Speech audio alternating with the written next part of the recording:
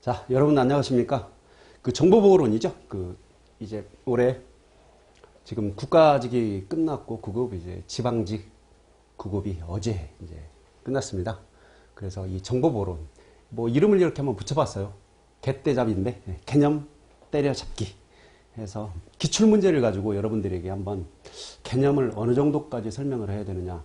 좀 이 정도는 물론 뭐 이 지금 개념 설명하는 걸 가지고 문제를 다 풀 수는 없을 겁니다. 하지만 요것만큼은 가지고 문제를 풀었으면 하는 그런 식으로 정리를 해드린 강의죠. 뭐 이전에 강의도 있었겠지만 여러분들에게 지금부터 20문제 여러분들에게 깔끔하게 이론 정리해 갑니다. 물론 뭐 전체적인 이론 정리 못합니다.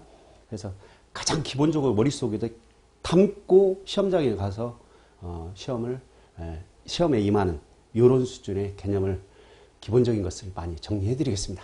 자, 그러면 한번 가볼까요?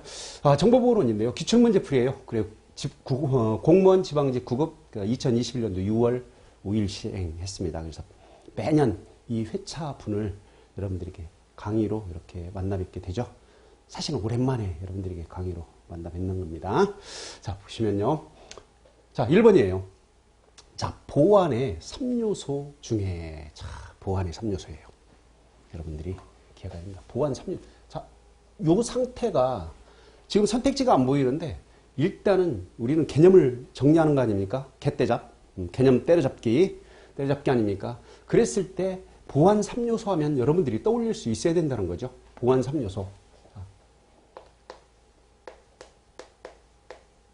우리가 뭐 답내는 거하고 그 별 의미 없죠. 우리가 지금 이 강의도 그렇고 여러분들 공부하시는 데는 물론 뭐 정답을 여러분들이 기억하는 것도 상당히 중요하긴 하겠지만, 자, 보안 3요소라는 얘기가 나왔어요. 이걸 보안 3요소라고도 하고요. 보안 목표라고도 해요. 보안 목표.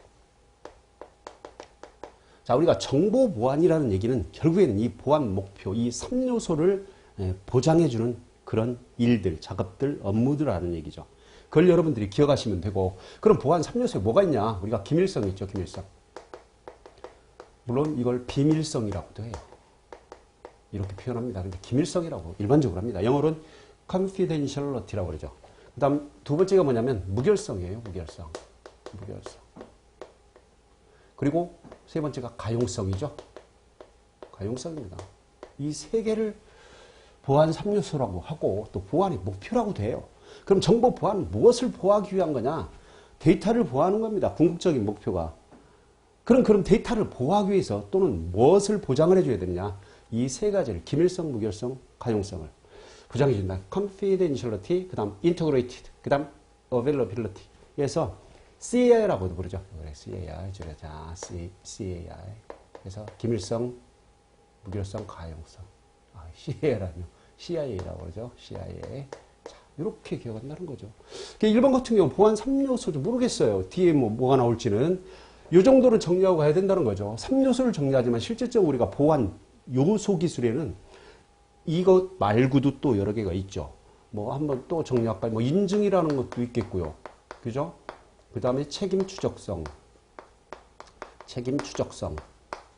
accountability라고 그러죠. authentication, 추적성, 뭐 이런 것도 있어요. 또 뭐 부인 방지 많습니다. 부인 방지라든가, non-repudiation 이런 것들이 부인 방지라든가 있죠. 뭐 줄줄줄 나오죠. 물론 얘네들도 단골 시험 문제죠. 그렇죠. 우리가 여기서 보니까 이제 보안 3요소가 나오게 되는데 이 아이가 거의 1번, 2번에 나오게 돼요. 우리가 정보보호론에서 그 시험을 이렇게 분석을 해보게 되면. 근데 뭐 이걸 틀릴 학생들은 별로 없겠죠. 어쨌든 우리는 이 문제를 봤을 때 보안 3요소가 뭐냐를 일단 알아야 되고요. 그것 중에서 적절한 고난을 가진 사용자가, 그러니까 적절한 고난이라는 건 인가받은 사용자가 되겠죠. 인가받은 사용자예요. 인가받은 사용자. 인가받은 사용자죠. 적절한 고난을 가진 사용자. 인가받은 사용자. 이 보안에서는 어떻게? 인가받은 사용자는 허용. 그죠? 허용을 해주고, 인가받지 않은 사용자는 차단을 하는.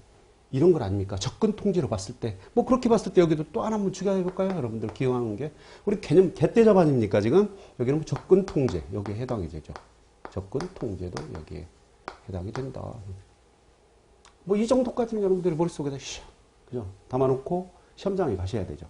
그러면 이건 뭐 보자마자 그냥 거의 5초 정도, 5초 안에, 10초 안에 선택을 하고 넘어갈 그런 문제입니다. 1번. 인간 방법으로만 정보를 변경할 수 있대요. 정보를 변경한다. 그럼 보안 3요소 중에서 정보 변경이라든가 당연히 인가받은 자에게는 변경, 수정이 가능해야 되겠죠. 하지만 인가받지 않은 자에게 변경이나 수정, 위조를 못하게 방어할 수 있는 그러한 3요소 중에 뭐가 있어요? 이 무결성이죠. 이게 수정이라든가 변경.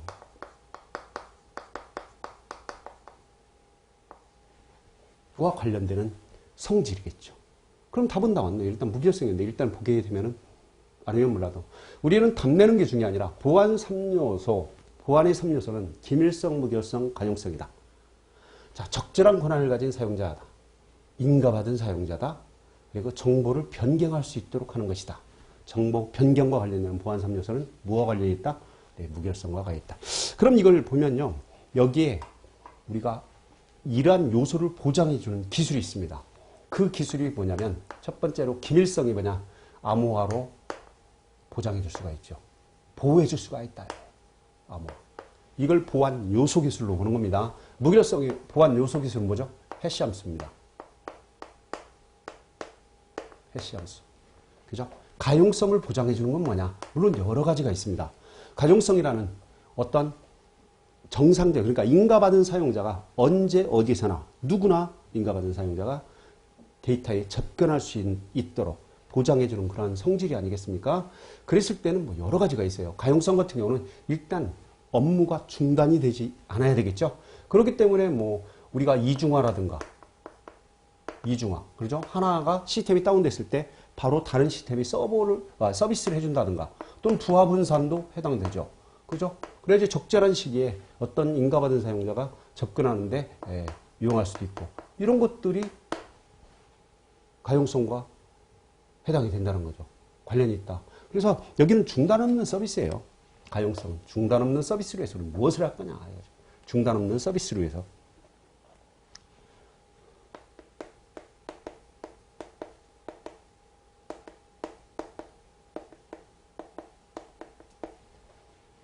자, 이걸 보죠. 뭐 중단 없는 서비스 하게 되면 뭐죠?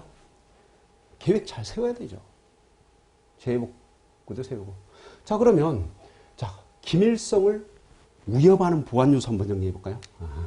오늘 정리 많이 하네요. 이거 너무 많이 정리하는 거 아니에요? 1번 가지고 뭐 지금 한 10분을 하겠어요? 10분을. 자, 그러면 기밀성을 보장해 주기 위한 보안 요소 기술은 암호화인데 그럼 이 아이를 위협하는 보안 요소는 뭘까요? 스니핑이죠. 스니핑 공격이죠. 그죠? 패킷 분석이라고 합니다. 이것도 시험에 그냥 밥 먹듯이 나오죠. 이번에는 안 나왔지만 물론 국가직에도 나오고. 자, 무결성을 위협하는 그런 위험 요소가 뭐죠? 바이러스라든가 변조 이런 거 할 수 있지 않습니까? 바이러스예요, 바이러스. 웜이라든가 뭐 웜도 하나의 또 바이러스가 되기 때문에 또는 악성 코드. 물론 악성 코드, 바이러스도 크게 보면 악성 코드에 포함되는 거죠. 이런 것들이 이 아이를 무결성을 위협하는 요소가 된다는 거죠. 그냥 가용성을 위협하는 요소는 뭘까요? 가용성을 위협하는 요소는 도스나 디도스 공격입니다. 그렇잖아요. 서비스 거부 공격이니까. Denial of Service 또는 DDoS, Distribution Denial of Service 이렇게 보는 거죠. 그렇죠. 자, 여러분들이 항상 보안 3요소를 공부를 하면서 기밀성, 무결성, 가용성 물론 인가받은 자에게 정보를 읽을 수 있도록 허용해 주는 거죠. 무결성은 인가받은 사용자에게 사용자만 그렇죠? 데이터를 수정이나 변경할 수 있도록 보장해 주는 거죠. 가용성, 인가받은 사용자에게만 데이터에 접근할 수 있는 뭐 시간적이든 지역적이든 공간적으로 봤을 때 할 수 있는 기술이다로 끝나면 안 되고 이 아이를 보장해 줄 수 있는 보안 요소 기술을 기억을 해야 되고요. 또 이 아이를 위협할 수 있는 위험 요소까지 기억해 주면 여러분들 1번에 나오는 이 문제는 100% 해결하실 수가 있습니다. 물론 이 아이를 잘 기억하고 있어야지만 앞으로 나오는 보안 공격과 관련되는 이러한 문제에서 해결력이 상당히 높아지는 거죠. 그래서 잘 기억을 일단 해주시면 됩니다. 자, 그렇다면 한번 이제 오랜만에 선택지로 한번 넘어가 볼까요? 뭐 나왔네요. 뭐 1번 무결성. 뭐예요? 자, 보안 3요소 중에 적절한 권한을 가진 사용자가 인가한 방법으로만, 그죠? 정보를 변경할 수 있다. 그대로 답 나왔네. 그죠? 무결성. 해당하는 무결성이에요. 기밀성은 인가받은 자에게 데이터를 읽을 수 있도록 보여주는 거. 가용성은 접근할 수 있도록. 물론 여기 4번에 이제 접근성, accessibility가 나오는데 접근성도 하나의 가용성에 포함될 수 있습니다. 하지만 이렇게 표현을 하진 않아요. 그래서 여러분들이 보안 3요소를 좀 정확하게 잘 알고 계십시오. 왜?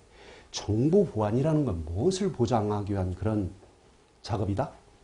기밀성과 무결성과 가용성을 보장해주는 그런 작업이 그런 정보 보안 보호입니다. 그렇기 때문에 여러분들이 좀 잘 알고 있어야 된다는 것이죠. 1번 문제 해결됐죠? 네. 아주 깔끔하게 해결하고 정리를 잘 하셔야 돼요. 그래 단편적으로 답만 내면 여러분들요 계속 새롭게 공부해야 되고 조금만 변형돼서 나오면 소리 나와요. 소리 나옵니다. 그래서 정확하게 잘 기억을 하시기 바랍니다. 자, 1번 정리 완료했고요. 여러분들도 뭐 노트 정리해서 잘 확인하십시오. 자, 2번 문제로 가겠습니다. 자, 2번 봤더니 스트림 암호에 대한 설명으로 옳지 않은 거, 옳지 않고 뭐 옳은 거 지금 답내는 게 중요하진 않다라고 했습니다.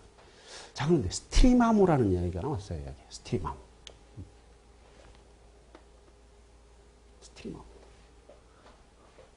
자, 여기에다가 살짝 또 정리를 한번 해볼까요? 뭐 여기도 한번 정리를 할까요? 그러면 이 밑에다 한번 이 정도에서 스트림 암호에 대한 설명으로 옳지 않은 거예요.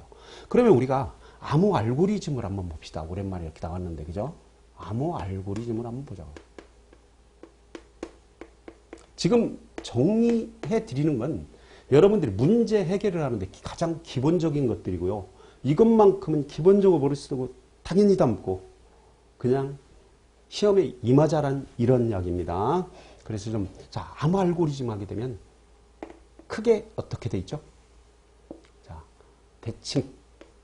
대칭키, 그죠? 암호 알고리즘이 있고, 그 다음 비대칭키가 있어요. 암호 알고리즘이 있습니다. 얘를 대칭키라고 하죠. 얘는 뭐라고 그래요? 비대칭키를 우리는 공개키라고도 합니다. 공개키. 암호 알고리즘이라고도 하죠. 자, 이렇게 기억을 하고 있어야 된다는 거죠, 여러분들이. 그죠? 이렇게. 머릿속에 담고 있어야 돼요. 이런 것들은. 그렇죠. 그렇다면 이 비대칭키 암호 알고리즘이 또 뭐로 나눠지냐 이거죠. 그것이 스트림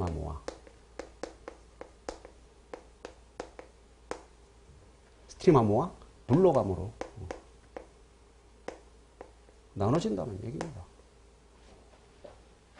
그런데 여기 지금 스트림 암호가 나왔어요. 그럼 스트림 암호가 뭐냐? 블록 암호는 뭐고? 이 정도는 알고, 그죠? 알아줘야죠. 기본적으로. 스트림 암호는 뭐냐? 암호화를 하는데 비트 단위로 그냥 암호화를 시켜버리는 겁니다. 이건 뭐 비트 단위로 암호화를 시킨다. 비트 단위로.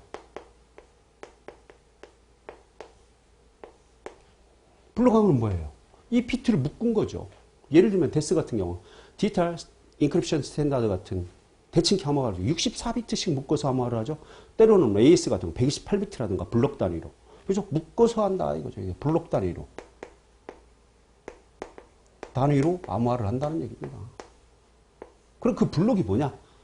비트의 묶음이에요.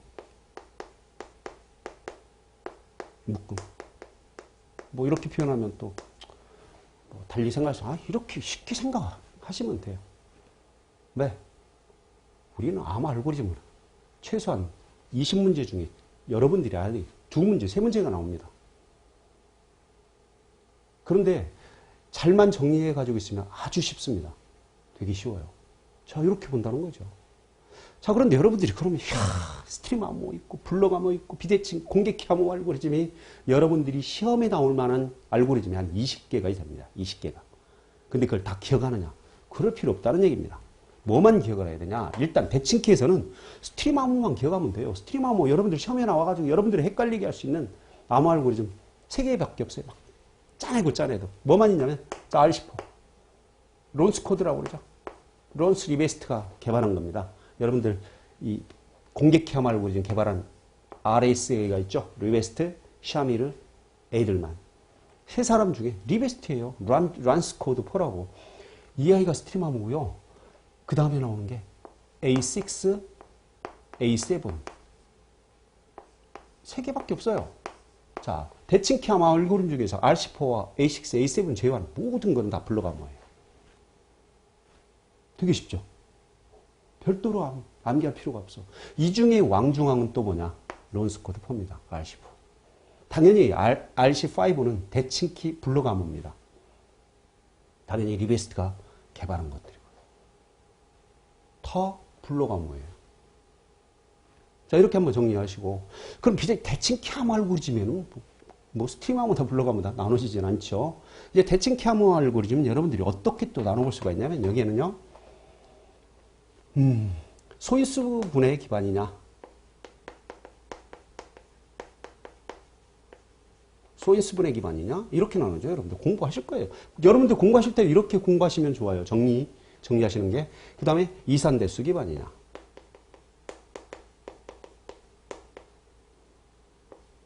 계속 반복을 할 겁니다. 이런 것들을. 그래서 공부를 뭐 가장 쉽게 나오는 그런 기출 문제 같은 걸 보면요. 이 기출문제 한 5회분? 많게는 10회분만 제대로 잘 정리하시면 최소한 12개 정도는 기본적으로 맞출 수 있습니다. 진짜 5초, 10초 안에 답을 선택할 수가 있다는 얘기죠. 답을 선택할 수가 있습니다. 그렇게 공부를 안 하고 정리를 안 했다면은 글쎄요. 약간 난이도 있고 이런 것들에서 이제 시간이 또 촉박해지고 그러다 보면 여러분들 찍는다라고 그러죠. 선택을 할 때. 그래서 틀리는 문제, 아차아차해서 생길 수 있다는 거죠. 자, 이 중에도 마찬가지죠. 여러분들이 이 소인수분해 기반이라든가 이산대수 기반에서 이 암호 알고리즘을 사실 5개, 6개, 많게 10개 내외만 기억하면 돼요. 그 중에 이제 소인수분해 기반의 대표 선수가 누구냐면 RSA예요, RSA. 그죠? RSA. 리베스트, 샤미르, 에이들만 세 사람이 만든 아주 공격키 암호 알고리즘의 대표 선수죠. 공격키 암호 알고리즘의. 자, 그 다음에 레빈이 있어요, 레빈.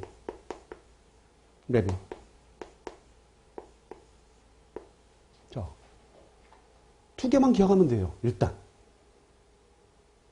자, 그 다음에 이제 이산대수 기반이 있죠. 자, 엘리틱, 크로브, 크립토 시스템, 타원 곡선 암호 알고리즘.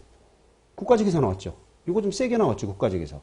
근데 그 세게 나는 게 아니라 일부 안에 풀어야 될 이 국가직 공무원 시험에서 이제 그런 식으로 문제를 내면 안 되죠. 그렇죠? 전 그렇게 봐요. 그걸 1분 안에 풀어라. 물론 풀 수는 있습니다. 기본적으로 그 타원곡성 알고리즘에 대해서 기본적으로 알고 있어야 되는데 대부분 이제 우리는 이거는 뭐죠? 소형 그런 단말기에 사용하는 암 알고리즘이나 속도가 빠르다. 또는 뭐 공격형 알고리즘과 키값이 유사하더라도 더 몇 배의 암호 강도를 있다. 이 정도를 기억하고 있거든요. 모바일에서 많이 사용을 한다. 이산대수 기반이다. 공격형 알고리즘이다.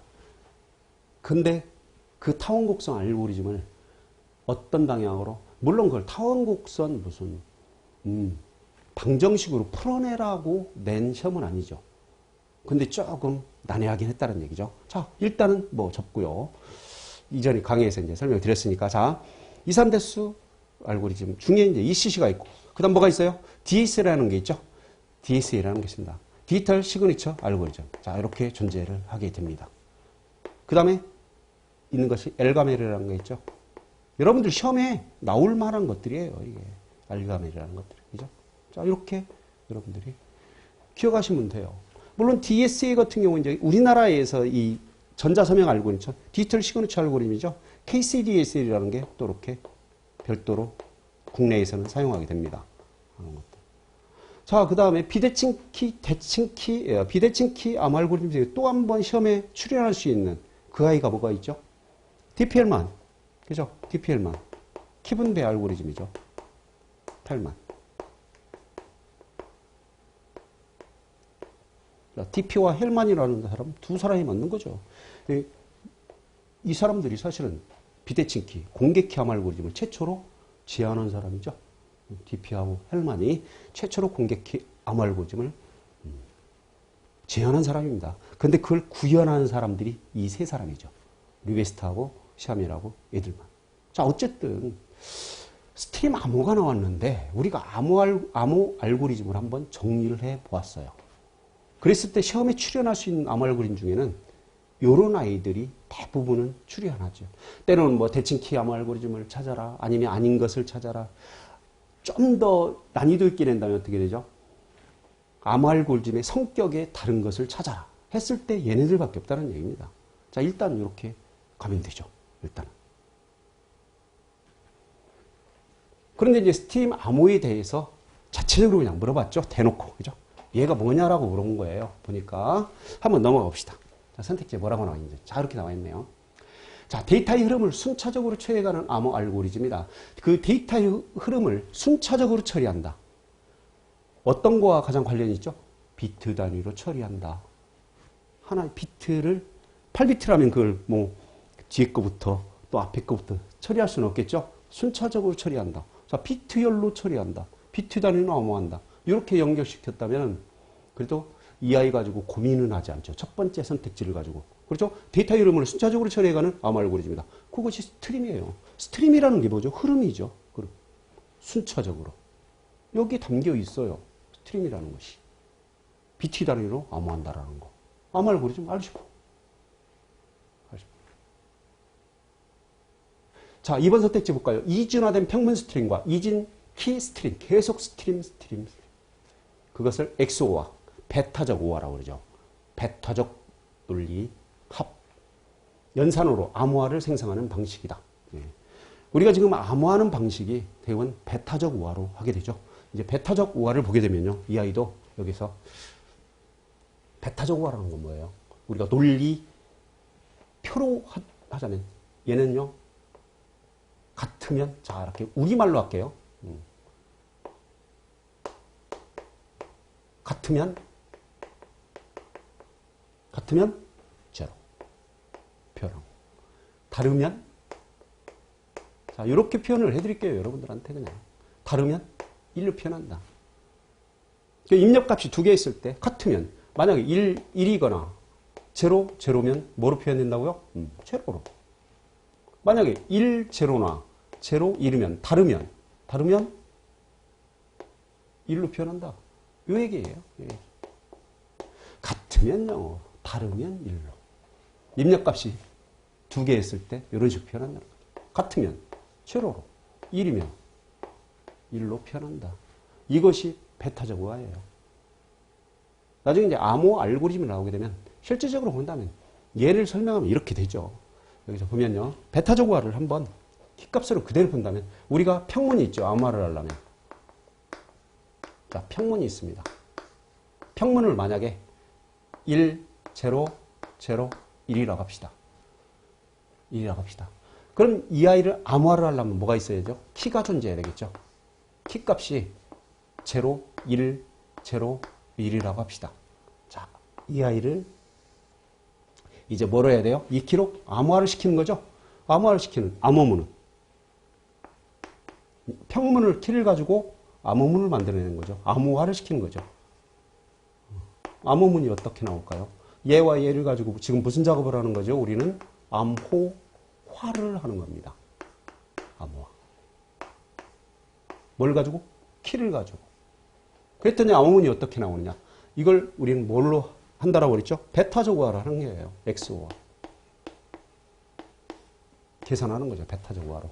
자, 1, 0. 다르니까 1이죠. 0, 1. 다르죠. 1이죠. 같죠? 제로죠. 같죠? 제로. 자, 1, 0, 0, 1 평문을 0, 1, 0라는 키를 가지고 암호화했더니 1, 1, 0, 0로 나타나는 거죠. 자, 이렇게 사용하는 암호화에서는 대부분 XOR를 사용하게 되죠. 블록 암호도 마찬가지로 블록 단위이기만 하고. 자, 이렇게 암호문을 생성해내는 거죠. 오호, 그럼 이 아이를 암호문을 복화하려면 뭘 가지고 복화해야 되겠죠? 대칭키니까. 키값은 동일할 거 아닙니까? 자, 키를 뭘로요? 서로 공유했겠죠. 그럼 뭐, 제로, 1, 제로, 1. 키값은 똑같으니까. 자, 이 아이를 다시 복화해서 뭐로 만드는 거죠? 평문으로 만들어내는 거죠. 키를 가지고. 플레인 텍스트라고 그러죠. 암호문은 사이퍼 텍스트라고 합니다. 다르니까 뭐예요? 1이죠. 같으니까 제로. 같으니까 제로. 다르니까 1. 평문이 만들어졌죠. 원래 평문이 뭐였었어요? 값이 1, 0, 0, 1. 1, 0, 0, 1. 자, 이렇게 해서 물론 스트림 암호뿐만 아니라 블록 암호도 우리는 베타적 우화를 이용해서 암호화를 시키고 또 복화를 시킨다는 얘기죠. 대칭키를 가지고. 자, 2번 선택지 어떻게 맞아요? 틀려요? 맞죠? 맞죠? 자, 그런데 3번 보세요. 스트림 암호 알고리즘으로 RC5가 널리 사용된다. 딱 나오죠. 예를 들면 런스 코드에서 이제 RC4만 스트림 암호고 RC5는 뭐라고 그랬죠? 블록 암호입니다. 블록 암호. 물론 너무 많기 때문에 정리를 안 해주고 여러분들 뭐만 기억하면 돼요? 스트림 암호 이 세 마리만 기억하면 돼요. 근데 얘네들 잘 안 나와요. 근데 또 의대하신 교수님들이 또 출제하면 이걸 또 껴서 얘네들로 표현할 수도 있죠. 이건 너무 쉬웠잖아요. 그래서 답은 RC4가 널리 사용됩니다. 물론 이 RC4는 또 어디서 사용하게 되죠? 여러분들 그 무선 낸 암호 알고리즘, 그죠? Wired Equivalence Privacy라는, 그죠? 그 무선 낸 보안 프로토콜로 RC4가 사용하게 됩니다. 뒤에 가면 또 나올 수도 있습니다. 이 아이가 딱 틀렸네요. 답은 3번이네요. 그 다음 4번 볼까요? 구현이 용이하고, 이거 맨날 기억하는 거 아닙니까? 스팀하면 구현이 용이하고, 속도가 빠르다는 장점을 가지고 있다. 그래서 하드웨어 암호화 할 때, 하드웨어 기반의 암호화할 때 스트림 암호를 많이 사용하게 됩니다. 구현이 용이하겠죠? 비트 단위로 하니까 뭐 묶을 필요도 없고, 묶으면 또 뭐를 해야죠? 라운딩을 해줘야 됩니다. 섞어 쟁반국수를 해야지만 뭐가 암호화 강도가 세지니까 할 필요가 없다는 얘기죠. 속도 빠르죠. 비트 뭐 한 비트를 암호하는데 속도가 많이 걸리겠습니까? 자, 이런 식으로 접근을 하시면 됩니다. 이런 식으로. 스트림 암호는 뭐죠? 구현이 용이하고 빠릅니다. 블록 암호는 구현이 얘보다는 복잡하겠죠. 속도가 느리겠죠. 항상 그래요. 그럼 얘와 얘의 단적으로 스트림 암호와 블록 암호를 비교를 했을 때 어떤 게 암호화 강도가 세겠습니까? 당연히 복잡한 게 암호 강도는 센 겁니다. 단순하면 강도는 떨어지게 되죠. 속도가 빠르죠. 단순하면. 복잡하면 속도가 느리죠. 이렇게 가는 거예요. 그렇게 해서 뭐 대칭키와 비대칭키 했을 때 그러면 그런 방식으로 한번 비교하면 대칭키가 단순하고 비대칭키가 복잡합니다. 누가 암호 강도 세요? 당연히 비대칭키, 공개키 암호 알고리즘. 세죠. 강도로 봤을 때. 대칭키보다는. 자, 이렇게 접근해서 암호 알고리즘을 접근을 해야 됩니다. 그래서 이번에 정답은 3번이 아주 여기 딱 윙크하고 있네요. RC5로. RC4입니다. 여러분들이 잘 정리하고. 이 내용은 뭐 너무너무나 여러분들이 앞으로 암호학이라든가 이런 것도 5과목의 정보보안 관리를 나갔을 때 아주 중요한 그런 내용들이죠. 자, 그래서 자, 2번 문제를 한번 정리를 해봤고요. 2번 문제를 3번 문제 한번 가볼까요? 살짝. 자, 3번을 한번 보겠어요. 3번 같은 또 이제 바로 암호 알고리즘이 나왔네. 그죠? 자, 데이터 인크립션 스탠다드입니다. 미국의 대칭키 표준이었었죠. 물론 이 아이가 깨졌죠. 깨지고 이제 그 다음에 AES라는 Advanced Encryption Standard라고 해서 나왔습니다. 물론 라인다이라고도 부르죠. 했는데 일단 데스가 나오면 일단 여러분들은 뭐를 기억을 해야 되느냐. 데스가 나오면 일단 당연히 스트림 암호는 아니네요. 대칭키 암호라는 게 여러분들이 딱 떠올려야 되고, 일단 데스가 나오게 되면 무엇을 떠올려야 돼요? 데이터 인크립션 스탠다드가 나오면 첫 번째는 대칭키라는 걸 떠올려야 돼요.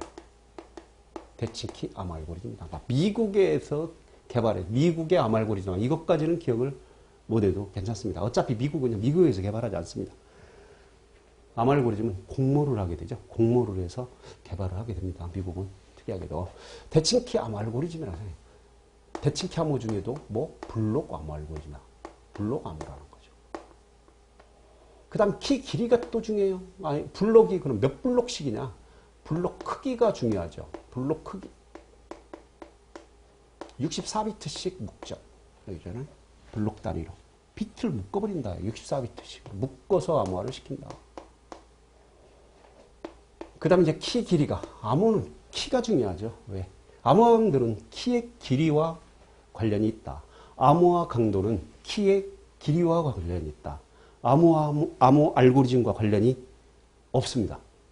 있어도 극히 적습니다. 키의 길이와 관련이 있습니다. 암호화 강도는. 키의 길이가 길면 길수록 암호화 강도는 수백 배, 수만 배로 커지는 거죠. 자, 몇 비트냐면 56비트입니다. 실제 키의 길이 비트는. 물론 여기에 여러분들이 참조해야 될 겁니다. 페리티 비트가 있다라는 걸 여러분들이 좀 기억을 하셔야 되고요. 페리티 비트는 항상 늘 공부해왔듯이 몇 비트? 8비트입니다. 8비트. 그래서 이 아이 둘을 한번 합산을 한번 해보면 토탈 어떻게 나와요? 56비트와 8비트 하니까 이 아이도 64비트예요. 근데 오롯이 순전히 콕 집어서 키를 이야기한다면 몇 비트예요? 예, 56비트라고 여러분들은 답을 해야 된다는 거죠. 어쨌든 데스라고도 하죠. 데이터 인크립션 스탠다드라는 암호 알고리즘 나오면 얘네들은 무조건 기억에서 머릿속에 팍 떠올라야죠. 그렇잖아. 그 정도는 준비하고 여러분들이 시험에 임해야 된다는 겁니다. 자, 그러면 이 아이를 백그라운드로 삼아서 한번 다음 선택지 볼까요? 지저분하려나요? 아니, 볼 수 있는 데까지 한번 봅시다. 이렇게. 이런 것도 괜찮아요. 너무 잘 보이면 또 집중도 안 됩니다. 그냥 대충 봐도 되고 그러는데, 이러면 막 더 집중해서. 글씨가 잘 안 보이니까. 그죠? 졸리다가도 깨잖아요. 그래서 너무 중요하다면 내가 이렇게 한번 칠판을 지워볼게요. 이 상태로 한번 여러분들 가봅시다. 제가 오프라인 수업할 때도 좀 이렇게 이런 뭐 농담사와도 장난도 많이 치는데 한번 이런 것도 한번 해볼 필요가 있어요. 자, 보세요. 1977년에 미국 표준 블록 암호 알고리즘으로 채택되었다 했는데 설마 이게 연도 가지고 1997년인데 이걸 1998년, 9년으로 틀려겠습니까? 그럴 일은 없습니다. 참, 그럴 일이 있다면 이거는 이야, 진짜 있을 수가 없는 일이에요. 언빌리어블이고 미국의 표준 블록 알고리즘 채택됐었다. 예, 70년도 말에 이렇게 채택이 됐습니다. 또 봅시다. 뭐 얘를 진짜 78년인지 몰라. 우리가 설마 몰라요. 그런데 보면 64비트 평면 블록으로 64비트 암호문 블록으로 한다. 몇 비트로? 네. 블록 크기가 64비트예요. 이 아이가 여기 좀 더 추가되면 그러죠. 여기 나왔듯이 네. 평문 블록 64비트를 암호화 64비트로. 그죠? 평문과 암호화를 동일하게 암호문을 동일하게 64비트로 출력해냅니다. 결국에는 암호화에서 만들어낸다는 얘기죠. 여러분들 보이시죠? 제가 한번 계속 밀어붙이겠습니다. 그랬더니 페이스털 구조라고 해서 페이스털 스트럭처 구조가 된다 했죠. 자, 그런데 우리가 비대칭키, 공개키 암호 알고리즘은 구조가 두 개가 있죠. 자, 다시 한번 정리합니다. 밑으로 내려서 정리합니다. 구조입니다. 구조. 암호 알고리즘의 구조를 정리를 한번 해볼게요. 그래, 구조. 첫째, 여기 나온 페이스털 구조가 있어요. 페이스털이라고도 하고 페이스텔이라고도 합니다. 구조가 있고요. 그 다음에 SPN 구조가 있죠. SPN. Substitution Permutation Network. 해서 이렇게 두 개의 구조를 가지고 있어요. 그 중에 페이스털 구조는 데스라든가 얘네들이죠. 이 페이스털 구조는 어떻게 되냐면 블록 암호라고 그랬어요. 블록 암호라고 페이스털 구조는 뭐죠? 블록 암호입니다. 블록 암호. 지금 대칭키 암호의 구조를 얘기하는 겁니다. 여기다 비대칭키라고 여러분 헷갈릴 수 있겠네요. 대칭키. 대칭키 암호 알고리즘의 구조가 페이스털 또는 SPN 구조가 있다는 얘기예요. 여기도 헷갈리겠지만 여러분들이 여기도 헷갈리겠네요. 잘 따라오십시오. 여러분들은 충분히 할 수 있습니다. 저의 수업을 듣는 학생들이라면 충분히 구분해서 볼 수가 있겠죠. 그래서 자, 페이스털 구조죠. 이렇게 블록 64비트씩 또는 64비트씩 때로는 128비트씩 단위로 암호화해서 라운딩을 시켜가면서 하는 그런 구조를 페이스털 구조라고 합니다. SPN 구조는 특별합니다. 그죠? 부분을 암호화보다는 우리가 어떤 비트의 순서라든가 또는 블럭의 순서를 뒤바꿔서 뒤죽박죽해서 섞어 잼방국수로 또는 비빔밥을 만들어서 암호화 강도를 세게 하는 그런 방식을 우리가 SPN 구조라고 합니다. 그래서 나중에 기회가 되면 다시 여러분들에게 설명을 페이스털 구조와 SPN 구조를 더 해드리도록 하겠습니다. 어쨌든 페이스텔 구조는 데스라든가 우리나라의 시드라든가 이런 것. 왜냐하면 우리나라 시드가 이 페이스텔 구조일 수밖에 없는 게 데스를 기반으로 뭐 기반으로 했다면 참조했다면 좀 그런데 같이 만들어낸 암호 알고리즘이 되겠습니다. 그것도 한번 살짝 그럼 정리 한번 해볼까요? 얘기 나온 길에 여기 미국 암호 알고리즘 뭐가 있죠? 여기 지금 데스입니다. 그죠? 디지털 인크립션 스탠다드. 우리나라 암호 알고리즘 얘와 관련되니까 CD예요. CD. 우리나라 암호 알고리즘. SPM 구조에서 미국 알고리즘은 뭐냐면 AES예요. Advanced Encryption Standard에서 이걸 라인달 알고리즘이라고도 하죠. 레이먼과 데이먼 두 사람이 벨기에 사람들이 만들었습니다. 그렇기 때문에 이제 라인달이라고도 합니다.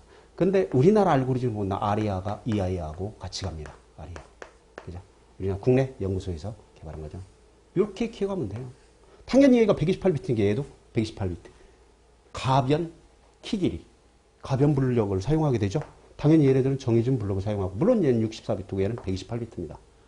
그러니까 데스보다는 시드가 더 암호 강도가 셀 수도 있고요. 블록 수도 훨씬 더 배로 크게 되죠. 이제 이런 것들은 별도로 나중에 정리를 해드릴게요. 어쨌든 구조상으로 비교가 된다는 거죠. 뭐와 데스와 AES. 우리나라 시드와 아리아. 이렇게 정리하시면 됩니다. 잘 기억을 하시고요. 맞는 얘기네요. 3번 선택지도. 자, 그 다음에 이제 내부적으로 라운드라는 암호화 단계를 10번 반복해서 수행을 한다 했는데, 이 수치가 답이 될 확률은 그렇게 적은데, 이 암호학이라든가 몇 군데에서 숫자를 다르게 해서, 틀리게 해서 정답을 만들어낸 경우가 있죠. 몇 회예요? 몇 회? 16회죠. 16라운드를 나가게 됩니다. 16라운드. 라운딩이라고 그러죠. 라운딩. 여기 지금 데스가 나오거든. 이렇게 봤지만 우리가 블럭 암호 알고리즘이 나오게 되면 하나를 더 추가한다면 여기다 이렇게 한 번 더 추가할까요? 라운드 수도 여러분들이 기억할 필요가 있다 이거죠. 몇 개나. 당연히 데스는 몇 라운드? 네, 16라운드입니다. 좌측 블록과 우측 블록을 서로 교차해서 한번 비비고 또 우측 블록과 다시 비빈 상태에서 좌측 블록과 교차해서 비비고 그러면 암호 강도가 훨씬 세지겠죠? 여러 번 섞으니까 이걸 라운딩이라고 합니다. 라운드. 자, 이렇게 해서 잘 기억을 하십시오. 자, 답은 4번이 되겠네요. 그래서 자, 3번 문제는 이렇게 좀 어수선하게 여러분들에게 이렇게 했는데 별 재미없죠? 성의 없는 것 같고 막 그렇잖아요. 근데 굉장히 성의 있게 해드리는 겁니다.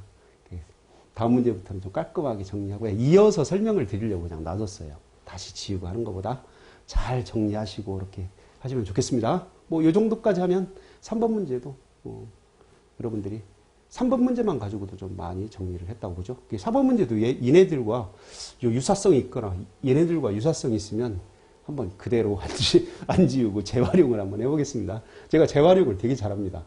되게 잘해요. 그러다 보니까 막 헷갈리고 그러기도 하는데 배우는 학생들은 근데 한번 괜찮다라고 그래서 제 나름은 가니까 여러분들이 한번 해보십시오. 다음 문제가 얘와 유사하면 그대로 하겠습니다. 자, 4번 문제 한번 보겠습니다. 근데 완전히 다르네. 그죠? 성격이. 여러분들 성격과 제가 다르듯이. 자, 이 아이는 다시 지우고 가겠습니다. 다 정리하셨죠? 뭐 정리 안 했으면 그 동영상 강의 스탑시키고 계속 가시면 됩니다. 스탑시키고. 어쨌든 기출문제만 가지고도 여러분들이 기본적으로 20문제 중에서 14문제까지는 쉽게 맞출 수 있도록 정리를 해본다라고 저는 노력을 하는 겁니다. 항상 뭐 다른 이제 수업 때도 항상 말씀드리지만 그리고 제가 제 동영상 강의를 찍어서 이렇게 공개하고 올리는 게 지금 너무 오래됐어요. 제가 5, 6년 동안 거의 못했던 것 같아요. 오프라인 강의 막 하고 나름 또 저의 자랑 게으르고 그러다 보니까 그래서 요즘에는 조금 물론 뭐 시간이 많지는 않은데 여러분들에게 제가 알고 있는 거 조금이라도 이렇게 도움이 될 만한 거 될 수 있겠다 해서 다시 한번 시작을 했습니다. 그래서 잘 여러분들이 하시기 바랍니다. 자, 4번 봅니다. 자, 다음 가에서 다에 해당하는 악성 코드를 악성 코드가 나와요. 악성 코드. 자, 악성 코드라는 얘기가 보안에서도 이제 악성 코드가 상당히 중요하게 되는데요. 이 악성 코드라는 것이 존재하게 된다고요. 그럼 악성 코드가 뭐냐라고 이렇게 보는 거죠. 악성 코드. 악성 코드. 이 악성 코드를 크게 보면 여러분들이 이제 뭐 바이러스도 여기에 해당이 돼요. 물론 바이러스 안에도 또 이제 일반적인 바이러스와 또 원 바이러스를 구분해낼 수 있는데 또 뭐가 있죠? 여기 보면 이제 여러분들이 트로이목마라든가 이런 것들.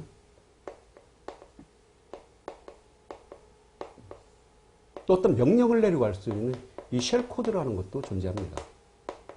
그래서 악성 코드는요, 상당히 많아요. 트로이목만 하더라도 뭐 대여섯 가지 시험에 나올 만한 거는 뭐 수십 가지가 됩니다. 자, 이런 것들을 우리가 악성 코드라고 하죠.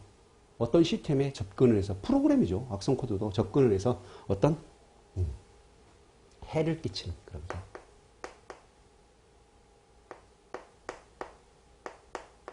하나의 프로그램이에요. 소프트웨어. 멀웨어 이런 식으로 표현하기도 합니다. 멀웨어 이런 식으로. 그런 프로그램을 모조리 모아서 악성 코드라고 이렇게 부릅니다.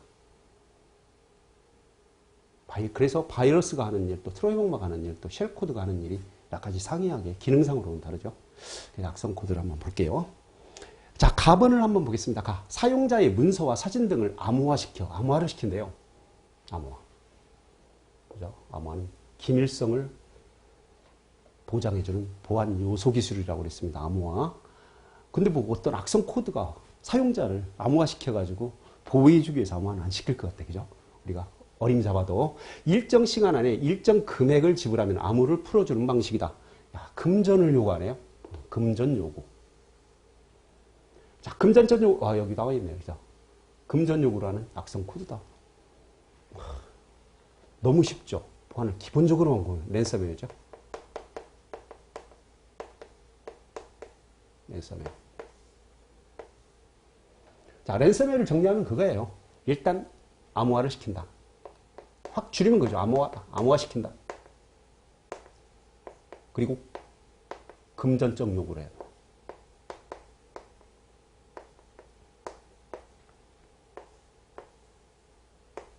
그래서 어떤 돈을 입금시켜주면 비밀번호를, 뭐 랜섬웨어를 비밀번호를 걸어놨다면, 그죠? 키를 알려주게 되죠. 비밀번호를 알려주게 됩니다.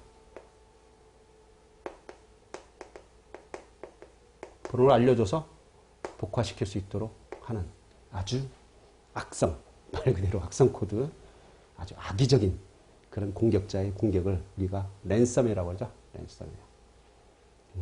랜섬이라는 게 볼모죠. 그러니까 암호화 시켜놓고 너 돈 입금 안 하면 내가 비밀번호 알려줄 테니까 뭐 네 맘대로 해. 해서 진짜 중요한 데이터라면 돈을 입금시켜서 비밀번호를 알아가지고 또 풀어낼 수 있는 방법이 있죠. 더 악의적인 공격자는 어떻게 되죠? 입금을 해줬는데도 안 알려주는 거야. 안 알려주는 거야. 이런 형태의 랜섬웨어. 이게 볼모를 삼는다. 어떤 암호화를 시켜놓고 데이터를 볼모로 삼는 겁니다. 랜섬이라고 그러죠. 랜섬. 자, 볼모로 삼는 이런 공격입니다.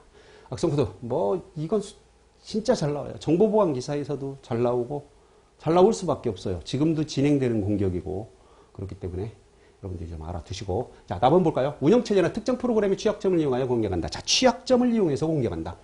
자, 프로그램의 취약점을 이용을 해서 공격한다. 이런 것들을 우리가 익스플로이트라고 그래요.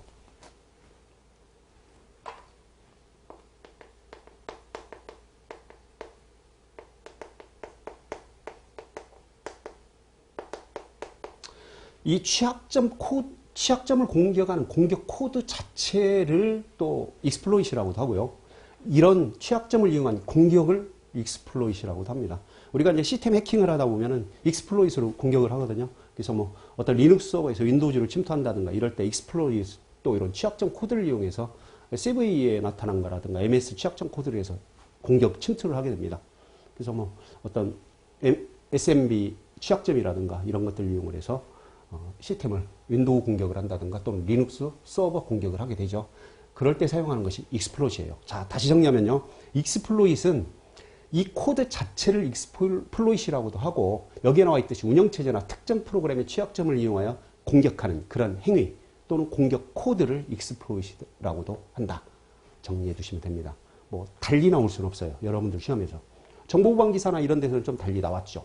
이 익스플로이트라든가 어떤 익스플로이트 안의 모듈들을 물어보기도 합니다. 하지만 이 정보보호원에서 공무원 시험에서는 거기까지 물어보기는 아직까지는 좀 있어야 될 것 같아요. 자, 답안을 봅니다. 외부에서 파일을 내려받는 다운로드와 자, 외부에서 파일을 내려받는 다운로드 만약에 이게 공격이라면 얘는 DVD 공격입니다. DVD. 드라이브 바이 다운로드라고 해서 공격입니다. 와, 달리 다르다네요. 달리 내부 데이터로부터 새로운 파일을 생성하여 공격한다. 수행한다. 이게 만약에 제가 시험 문제를 냈다면 여기 DVD도 선택지에 반드시 넣었을 것 같아요. 제가 좀 야비한가요? 수험생을 힘들게 만드나? 헷갈리라고 그렇게 할 수 있죠. 새로운 공격을 수행하는 악성 코드다. 이런 것들 있죠. 네, 새로운 공격을, 그러니까 외부에서 파일을 받는 다운로드를 DVD라고 합니다. 달리 내부 데이터로부터 새로운 파일을 생성하여 공격을 수행하는 악성 코드를 우리는 뭐라고 그러죠? 악성 코드를 드로퍼라고 그러죠. 네, 드로퍼. 그래서 여러분들 DVD라든가 이 드로퍼하고 좀 여러분들이 잘 헷갈리시면 안 돼요. 이걸 만약에 선택지가 지금 어떻게 나왔는지 모르겠지만, 자, 보세요. 자, 뭐, 카본 같은 경우 랜섬웨어, 3번, 일단 1, 2번은 탈락이네. 그렇죠? 탈락이고, 3, 4번인데, 그 다음에 익스플로이션 나왔네. 3번이 정답이 되겠네요. 그 4번은 드로퍼로 되어 있고. 그게, 답은 같은 경우는 여러분들이 좀 잘 정리해서, DVD, 드라이브 바이 다운로드와, 그리고 드로퍼 공격을 여러분들이 기억을 하고 정리를 잘 해주시면 되겠습니다. 정답은 3번이 되겠네요. 3번. 자, 그래요. 이렇게 지금 4문제 이렇게 풀었는데 시간이 상당히 많이 갔죠? 상당히 많이 갔죠? 한 문제만 더 가겠습니다. 한 문제만 더 가고 또 중단하고 다시 설명을 드리겠습니다. 자, 5번 한번 볼까요? 뭔가? 시험? ISO 27001 정보보호 영역이네요. 그러면 얘와는 너무 다른 그런 설명의 아이템이기 때문에 지우고 갑니다.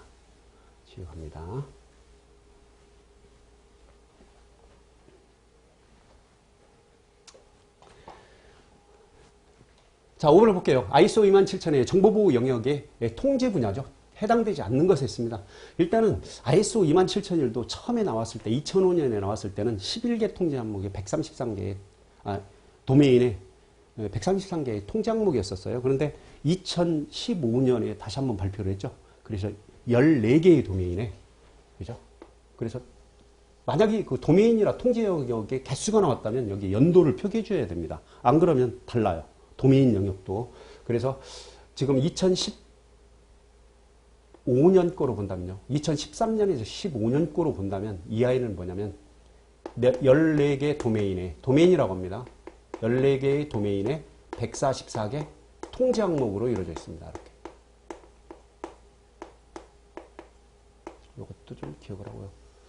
근데 이런 ISO 27000이라든가 BS7799라든가 또는 우리나라 ISMS-P라든가 이런 것들은요, 요령이에요. 이런 것들도 법규라든가 이런 것들은요, 시험 보기 바로 직전, 하루 이틀 안에 꼭 반드시 봐야 돼. 그죠? 이 아이들은요, 시험 한 2에서 3일 전에 암기하거나 공부를 해야 되는 그런 아이템들이에요. 그래서 이걸 뭐 몇 개월 전부터 암기해 놓고 기억을 한다. 안 되겠죠? 그래서 요런 거 힌트입니다. 요런 정보 관리 파트에 나오는 국제 표준이라든가 또는 국내 표준 또는 법규는 어떻게 하라고요? 시험 보기 2, 3일 전에 공부해야 될 아이템입니다. 몇 개월 전서부터 암기해서 기억하려고 한다면 좀 힘들어요. 나중에 가면. 물론 뭐 여러 번 읽어보는 것까지 좋습니다. 그렇게 보시고 자, 한번 보겠습니다. 자, 선택지를 보니까요. 소프트웨어 품질 보증이다. 네. 보증이라는 얘기가 나오네요. 보증. 예, 어슈어런스입니다. 지울게요. 아까 재활용할 일이었기 때문에. 보증이죠. 소프트웨어 품질 보증이래요. 그런데 ISO 27001의 정보 보호 영역 통제 분야에는요. 소프트웨어 품질 보증이라는 말이 없습니다.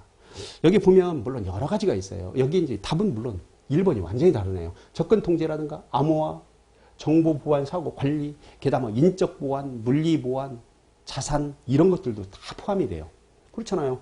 14개 영역에 144개 통제 분야니까 얼마나 많겠습니까?